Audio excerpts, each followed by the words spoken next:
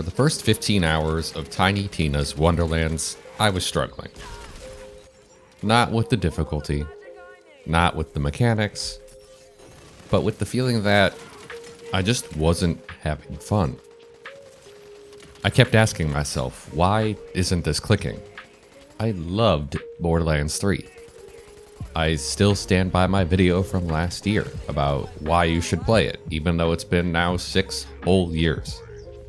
I love the gorgeous environments, the cycle of finding better guns, how approachable the game's side quests and collectibles were. Though to be fair, a lot of my favorite systems and mechanics were completely isolated to the endgame, which I haven't gotten to yet here. But something about Tiny Tina's Wonderlands has felt flat. Combat has largely felt repetitive and dull. And the excitement that I usually get from Borderlands style progression, it just hasn't been there. Thankfully, things changed a bit recently when I finally unlocked multiclassing and was able to experiment with some cool combinations. My first class was Clawbringer, and it was fun to slam a giant flaming hammer or throw a lightning hammer like Thor or whatever, but it felt really one-dimensional, really simple. Even with a flying wyvern companion that rains down fire or lightning, all I really was doing was slowly working up my ward size, elemental damage, and stuff like that, with slow buffs to my companions. Maybe that's my fault for choosing a class companion, because that doesn't really affect your moment-to-moment gameplay, but man, it was really tough. It wasn't until a good 15 to 20 hours in that I finally got to multiclass into Spore Warden and make some really good combinations. With such a focus on elemental damage, the Warden's Blizzard action skill obliterated basically everything on screen.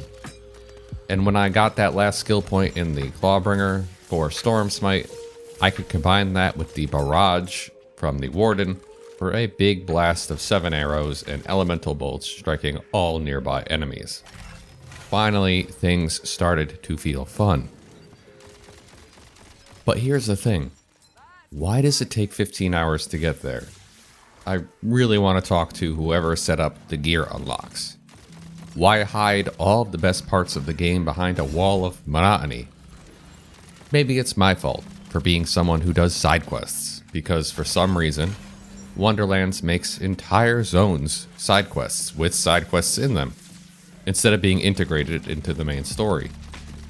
Because of my approach, it took me a good 5 to 10 hours just to unlock the first ring slot. My third gun slot took damn near 15 hours to earn. Multiclassing and the necklace slot were a 20-hour adventure. And apparently I won't earn the final gun slot for another 1 main quest, but 8 side quest missions, and the last ring is locked behind beating the entire game?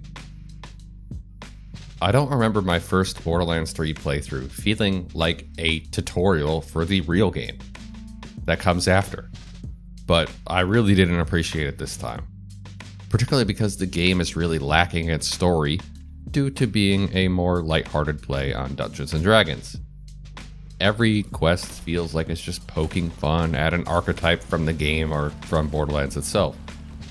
There's the NPC that falls in love with a goblin instead of the person she was originally trying to get with.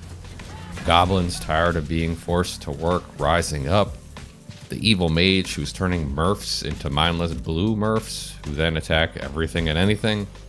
Or gathering teeth simply because someone asks you to regardless of the repercussions.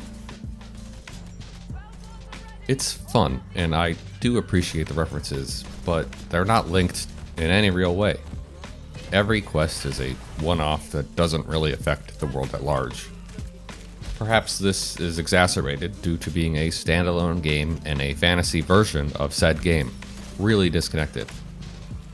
At least if multiclassing had been available earlier, I think I would have connected with the game way sooner. I don't expect to reclass at will.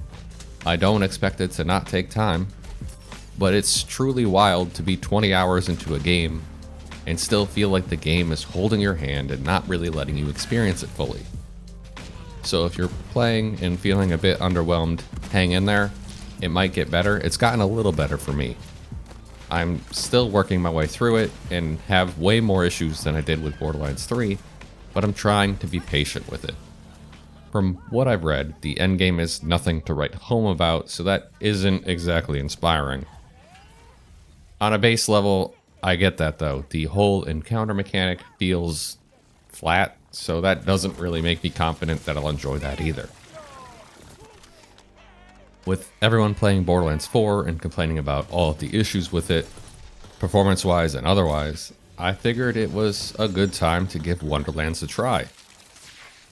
It still has some time to convince me now that the gameplay finally feels like the full experience, but it's going to really take something to get me to change my mind about the game as a whole.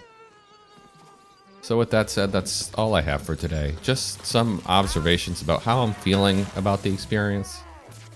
Do let me know your own thoughts down below, especially if you've played 3 and Wonderlands but haven't yet dove into 4 like me. I really appreciate you watching. Drop a like if you enjoyed the video and subscribe if you're new here. I've been experimenting with different games and kinds of content recently, so I hope you don't mind that. But we have a good time here. For now though, I think that's it. I'll see you next time.